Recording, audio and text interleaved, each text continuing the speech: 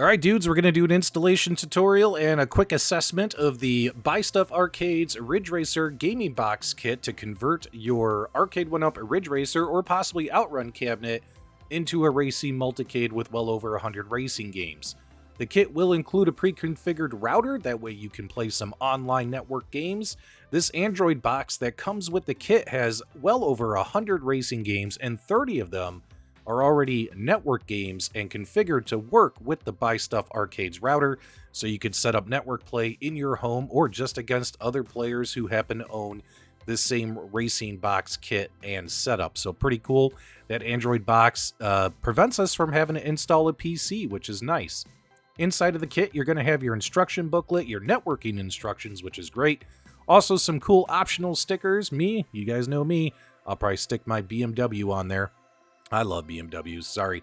Anyway, so you're going to get all these different kind of stickers you can put on the wheel, as well as, since we're doing a full gut mod of this cabinet, all your controls are going to be different, so we're going to need to put some stickers by the controls so we remember what the new controls do, what button does what, etc. Also inside of the kit is a new HDMI LVDS converter board to get the signal on and reuse the stock monitor, as well as an encoder board to use the stock racing wheel and all that kinds of stuff, pedals, controls, and all kinds of cables. One thing you will need to bring is your own audio, so I'll have a couple options here, Amazon links in the video description below. You can get a cheap $20 or less soundbar. This will be plug and play with the racing box kit to get your audio working, or the Z313 subwoofer and speaker set, which is very popular for Arcade1Up mods since the stock speakers won't work with this mod. Alright, step one here. Since this is a full gut mod of this cabinet, we're going to need to remove the original Arcade1Up PCB on the back of the monitor. So step one is going to be to disconnect all the cables connected to that PCB board. The Wi-Fi antenna, you do need to unscrew this cable right here. It doesn't pull out, so just unscrew it. Step number two is to grab a Phillips head screwdriver and remove the 6 screws that are holding that PCB board onto the back of the monitor. Alright, step number 3, there's going to be a grounding wire here connected to the PCB board inside of that metal case as well as the monitor. Go ahead and unscrew that from the back of the monitor. Don't lose that screw because you're going to end up reusing this. Step number 4, with that grounding wire unscrewed, you're able to flip the PCB housing over this metal case, and you'll see that there are 2 cables right here and here, the power cable, and the larger cable is the LVDS cable that are connecting this Arcade1Up PCB to the monitor. You're going to want to get these pulled out. Try and grab it from the edges. Don't try to pull on the wires. Just give it some wiggles and both wires will come loose. After you unhook the wires, it's going to look just like this. You're just going to have some wires sticking out from the monitor casing. That's it. Nothing connected to the back of the monitor. Alright, step number 5. Buy Stuff Store provides you a brand new HDMI LVDS LCD converter board. This board here will give us an HDMI input signal to the monitor. That way we can reuse the stock monitor for this mod, because the Android box does require an HDMI signal. What's really nice is they have the board mounted on this frame, and this particular frame you're going to reuse 2 of the screws that you pulled out of the Arcade1Up PCB when you unscrewed it and took it off the back of the monitor, and you're just going to use those to mount this. As you can see here, this is what it looks like mounted on the back of the monitor for best placement, and it looks fantastic, and it's held in there very, very securely. Okay, step number 6 is we're going to connect the power cable and the LVDS cable into their appropriate ports on the new LVDS HDMI converter board. The power cable will plug into the top right port, as long as you have everything lined up the same way I do, and it's very important that when you grab this pin connector here, that you have this set up with the red wires to the left and the blue wires to the right. That way you have everything in its appropriate position and you don't short out your board. Just get everything lined up with the pins. Be very careful, you don't damage anything, and get it pushed on nice, snug, and tight. That brings us to step number 7. We need to connect the grounding wire to any one of the holes on the back of the monitor. The screw will fit in there. Make sure you reuse the screw that you took out of there when you removed that grounding wire. As you can see, I have mine mounted above the LVDS converter board on the back of the monitor like so. That way everything is grounded. We're not going to have any power issues. Alright, step number 8. Take your control panel off your Arcade1Up cabinet, flip it over, and remove all the screws that are holding this control panel cover on. Flip it over, be careful, there's some wires connected to the encoder board, and get everything flipped over, opened up like so. Go ahead and grab your Buy Stuff USB controller encoder board that came with your Ridge Racer box kit, and you'll notice that what we're simply doing is replacing the stock encoder board that's on the back of the control panel with this one. And what's really nice is every single port is labeled for you, so we're going to know when we unplug things where to plug them back in. So step number 9, we're going to unplug all of these wires from that existing blue encoder board that's inside the control panel. All you have to do, once again, very carefully, is try and grab the sides and wiggle and pull all the different cables out of the ports. Now, some of them might have glue on them. If you have a hard time getting them out, just use a hairdryer or something to heat it up for a minute or two to loosen the glue so you could pop and get everything removed, but unplug everything. Step number 10, you'll notice that we have all of our wires unplugged. Go ahead and keep them in their separate little zip tie wraps and things like that. Don't worry about labeling anything. This is going to go by easier than it sounds. All we have to do now is grab our screwdriver and remove the 3 screws that are holding the stock encoder board in place. We need to get that removed and get this off of our control panel. That way we can install the new one. Step 11, we're going to mount the new Buy Stuff encoder board onto the plastic frame here where the original encoder board was. Just reuse the same 3 screws that you took out of the old board. Go ahead and get things lined up like so in this position and get everything screwed down and screwed in with those 3 screws. Okay, now we're going to install this little power supply box. This comes with your Ridge Racer kit. It'll be inside your kit. There's some double-sided sticky tape on the bottom. Peel the red film off. That way the sticky tape is ready to go. There's a few cables that are sticking out of this thing. One of them we're going to plug into that red port on the encoder board. Go ahead and mount this and try and get it at least halfway under the encoder board before you press down. That way it's nice, firmly locked in place. It'll also give us extra room to mount and install the racing box in just a minute. Once you get that done, go ahead and grab that one cable right here with the red and black wires and plug that into the red port on the encoder board. That'll provide power. Okay, that'll bring us to step number 13. We're going to grab this Android box. We're going to peel off all the red film off the double-sided sticky tape, and we're going to mount this inside the control panel. That way it's hidden and gives us a nice clean install. Make sure when you mount it, you have it mounted in exactly this position where you have ports on the top and ports on the left facing the encoder board like so. And try and mount it right about here is the perfect placement. That way you could still access the USB port on the bottom left, as well as all the ports on the top of the racing box. All those ports we're going to be plugging stuff into, like so. We're going to grab the little power supply cable that comes out of that little power supply brick that we taped under the encoder board. We're going to plug that into the racing box right there, and we're done with this step. Okay, step number 14, we're going to connect the 2 cables coming out of our steering wheel into the encoder board. The cable that's got 3 pins, that is going to be plugged into the port labeled wheel, which is just a couple of ports to the right of that red power port on the bottom left row.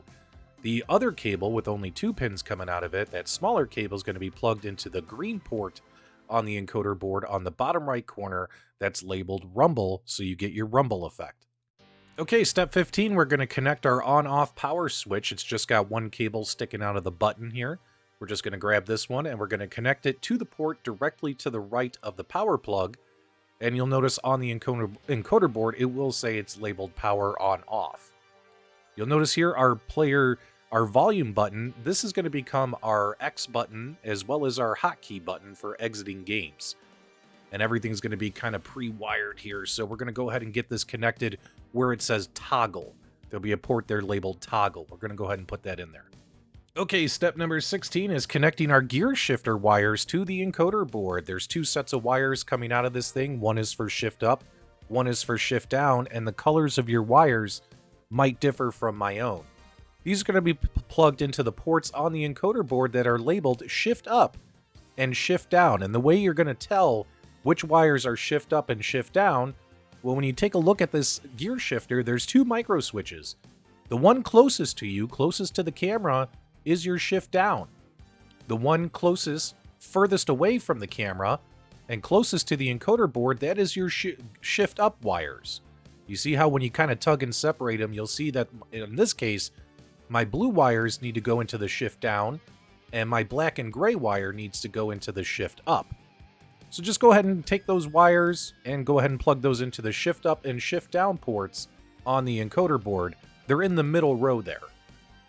Okay, step number 17, we got 3 buttons we got to plug into the encoder board. The way these buttons are going to work with the Racing Box kit is the top white button is going to be your start button, the middle white button is going to be your B button, and the bottom black button is going to be your A button. So all you have to do is take the wires coming out of those buttons and plug them into the ports on the encoder board labeled Start, B, and A. And don't be scared or freaked out or think you're not going to be able to get this done, because every single port on the encoder board is labeled. So all you have to do is plug these cables in to where they go. Start, B, and A on the encoder board. Easy peasy. When you're done connecting anything, the only thing you should have sticking in here that's not plugged in is the wire coming out of the headphone jack. This particular wire will not be used with this mod. It'll be an extra wire. You could leave it in or cut it out, up to you. Alright, step number 19, we want to trim this little control panel right here. Trim that plastic bit out. We want to make this hole a bit wider.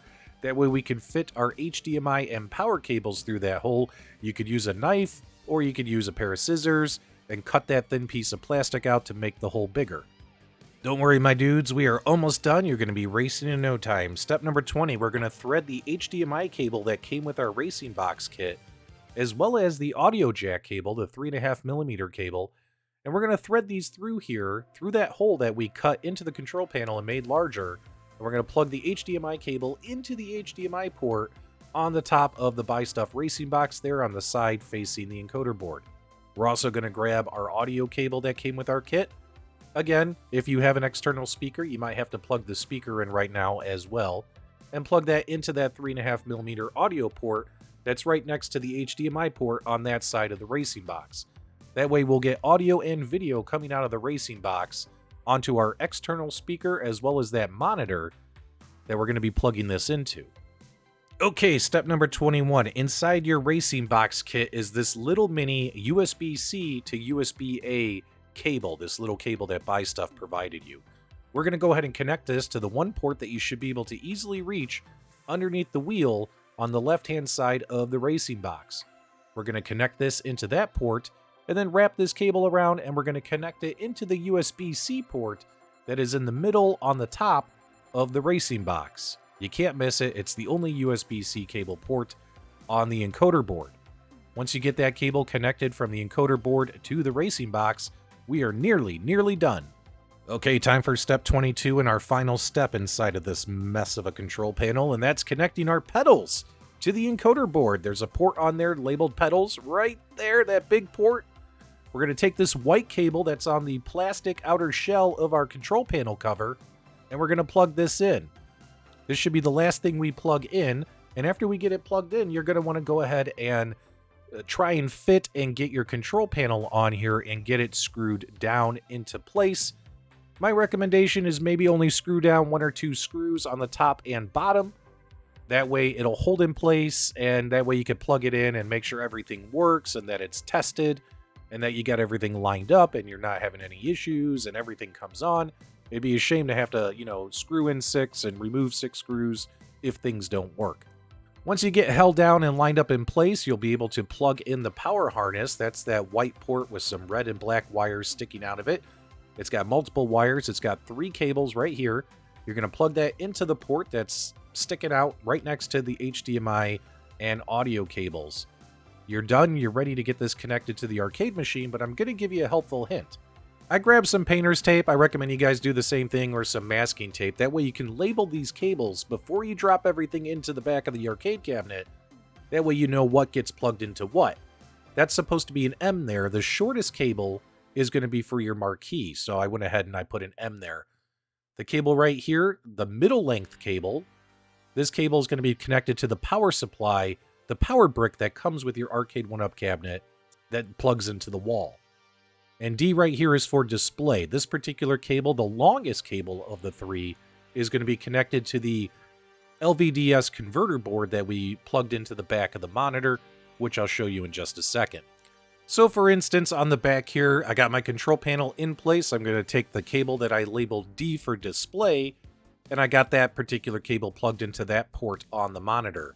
And at this point now, I'm going to grab the HDMI cable that's sticking out of our control panel that we dropped into place, and we're going to plug that into the HDMI port on the back of the monitor. That way we get power to the monitor as well as the display. Now I'm going to grab the cables labeled M and connect this M cable to the wire hanging down for the marquee. That way the light up marquee will still work when I power on and off the cabinet. After I got that done, it's time to take that last cable, the one I got labeled P, and that's the cable that needs connected to the power supply coming from my extension cable through the cable provided with the Arcade1Up cabinet, the little power brick, to power this whole thing up and get it plugged into the wall. That's the final connection, and you are ready at this point, once you connect the power wire, to go ahead and turn on your arcade machine and enjoy some racing. Step number 25, the final step, power on your arcade machine. You'll see your light up marquee pop on, then the monitor, then the Android box will start booting up into its emulation station software. You're not going to get any audio until it lands on the main menu. Go ahead and turn on your soundbar, your speakers, whatever separate audio you brought to this particular mod, and enjoy some games. I'm just going to roll a couple of quick games for you guys. I'm going to have a full review of the games included, how you do everything, how you play all the games, how you move around the system, things you could do with the system, and how you can set up network play. So enjoy the last couple of minutes of the video. Thanks for watching. Hopefully this helps some of you get this box installed. I'll have the full review of just the games and the networking very soon.